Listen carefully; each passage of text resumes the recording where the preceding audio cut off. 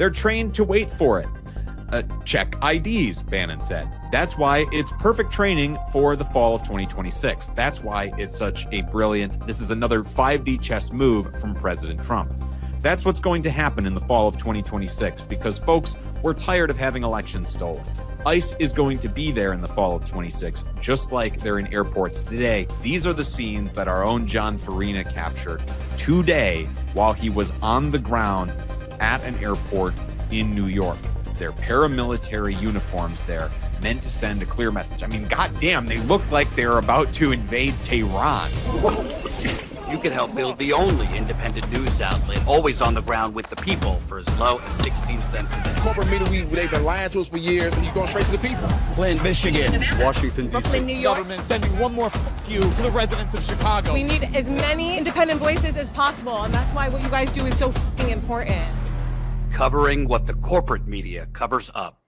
Hey, it's JT Siskowski with Status Coup. Steve Bannon, who used to be an advisor to the Trump administration in its first term and still is an influential voice inside of the current administration, is saying the quiet part out loud that ICE agents being deployed to airports across this country right now are a test run for using ICE agents outside of polling places this November.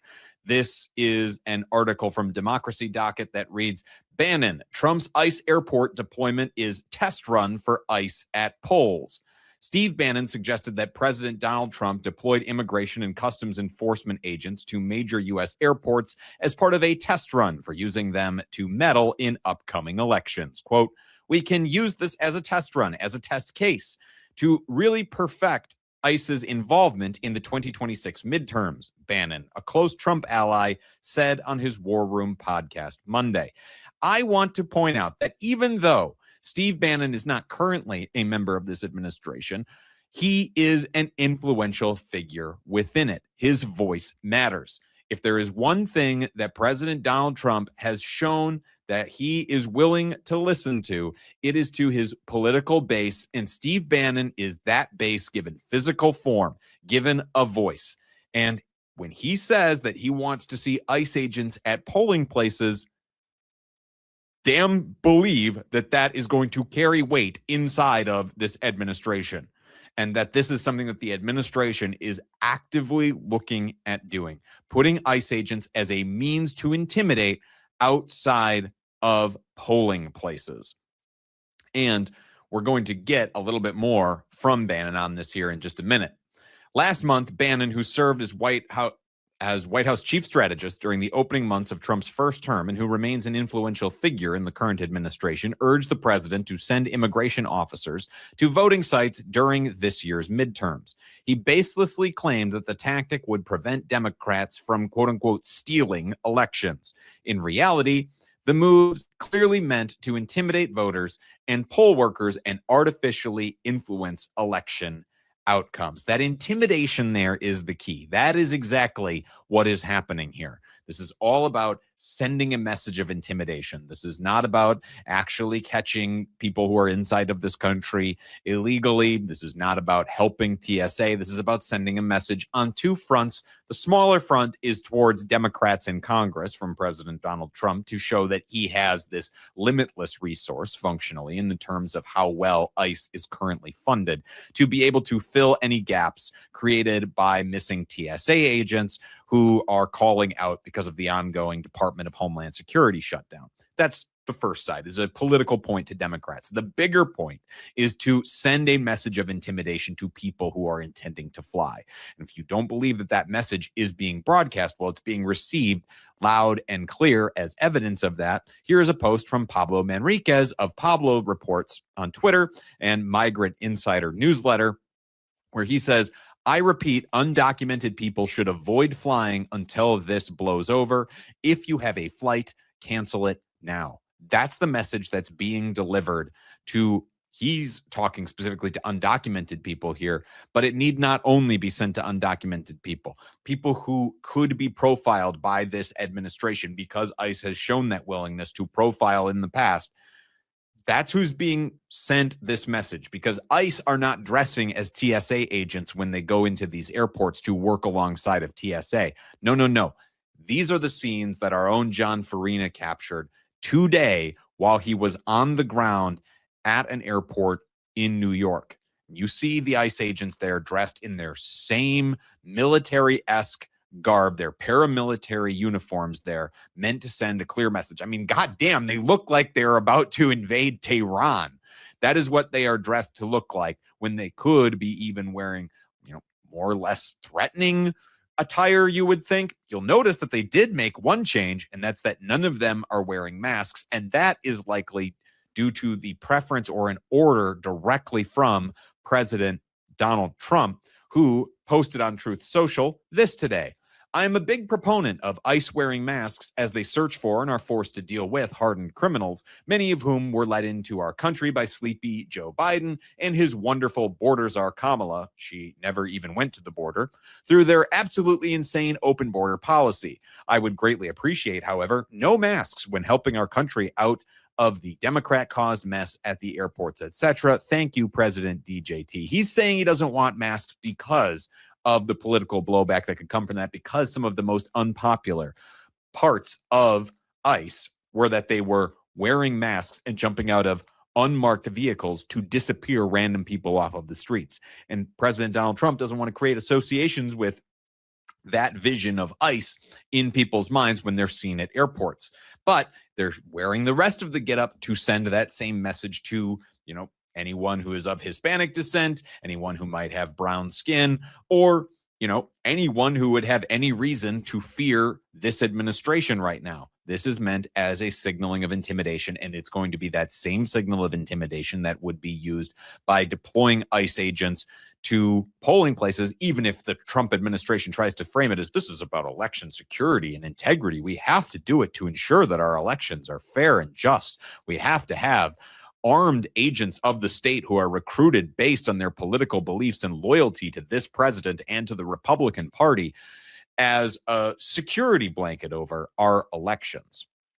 That's going to be the message that is sent. Returning here to the Democracy Docket report, where they say the White House and leaders of the Department of Homeland Security, which oversees ICE, have never definitively ruled out the tactic, even though federal law expressly bars the stationing of law enforcement officers or members of the military at polling places. But when has the law ever stopped the Trump administration from having a good time? Bannon's new suggestion, which he said was he was making to, quote, blow up mainstream media's head today, unquote, came as he was interviewing Mike Davis, a far-right lawyer assisting with Trump's effort to fill the judiciary with unquestioning loyalists. Davis said he agreed with Bannon's proposal, saying, quote, I think we should have ICE agents at the polling place because if you're an illegal alien, you can't vote. Quote, it's against the law. It's a federal crime for you to vote in federal elections. And so if you're an American citizen, you should be happy that ICE is there because you're not going to have illegal aliens canceling out your vote, Davis said. Why is Bannon bringing up ICE agents at polling places during an interview with someone talking about the judiciary? Federal judges in this country are not elected. So why is election integrity relevant to federal judgeships in that interview? Why? Because it's all part of one conservative, autocratic, and fascistic playbook that is about grabbing power and maintaining it for years and decades to come in this country. That is the reason. You're appointing all of your loyalist judges to positions of power. People are loyal to you so that you can sail through whatever batshit crazy executive orders you want to rule as a king in this country. And you don't want to be checked by the legislature either. You're already neutralizing the judicial branch through the judicial appointments. So the only branch that's left to be any threat to you in the executive branch is the legislative branch. So you need to neutralize that too. And how do you do that? Well, you intimidate and suppress and control elections. That's why this is being brought up in an interview about the judiciary, is because it's part of that connected whole. Let's see what Steve Bannon had to say about this. Quote, they're trained to wait for it. Check IDs, Bannon said. That's why it's perfect training for the fall of 2026. That's why it's such a brilliant, this is another 5D chess move from President Trump. That's what's going to happen in the fall of 2026 because, folks, we're tired of having elections stolen. ICE is going to be there in the fall of 26, just like they're in airports today.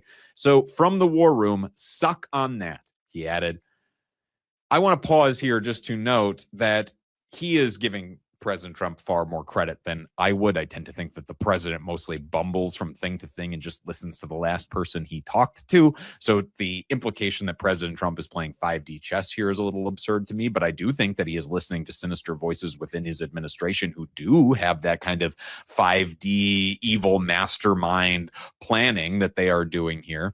And that is likely what is in the offing come this November. And Steve Bannon, again, being that avatar for the Trump base, is just giving voice to that preference that the Trump base wants to see, and this hunger for more authoritarianism and fascism in this country. And he is trying to put pressure on the administration to follow through on their plans and not allow them to be subservient to the vast majority's preference not to have their right to vote taken away from them in a country where our rights are already so easily trampled by the federal government, especially by this administration.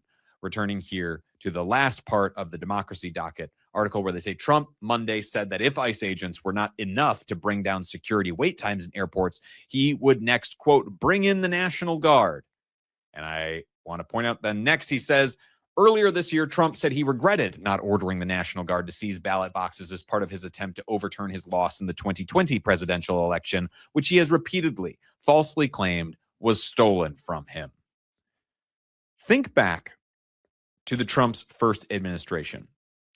So much of what he is doing now in the second administration is to try and right the wrongs, as he sees them, that were inflicted on him or missed opportunities he didn't take during that first administration to seize more wealth for himself and his family and seize more power for himself. That's what Trump 2 has all been about, is just a revenge tour for Trump 1 and the intervening years in between his administrations.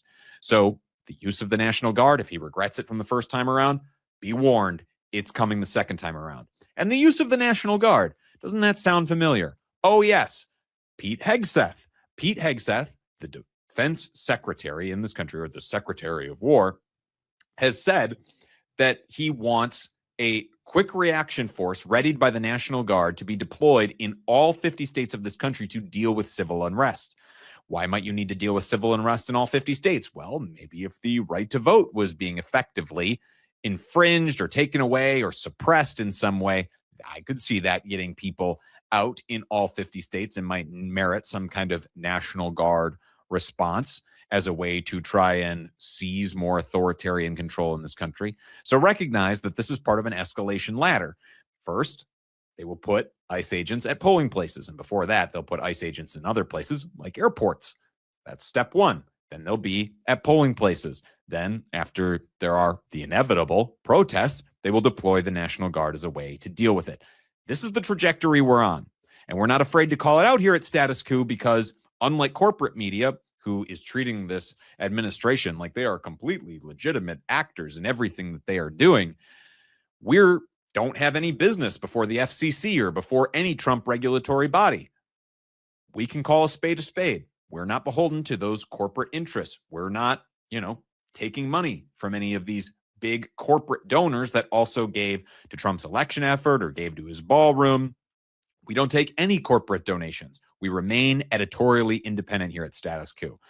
If that sounds important to you, that there should be truly independent media in this country, please go to statuscoup.com/join. For as low as $5 a month, you go to keep us truly editorially independent, and you go to keep us on the ground reporting. Those scenes that we brought you here of ICE agents in airports, we got those because we were able to go on the ground and actually see them and document them and bring them to you here as a part of our YouTube channel. We want to continue doing that. We will continue doing that, and we'll do it with the support of our members. Statuscoup.com/join.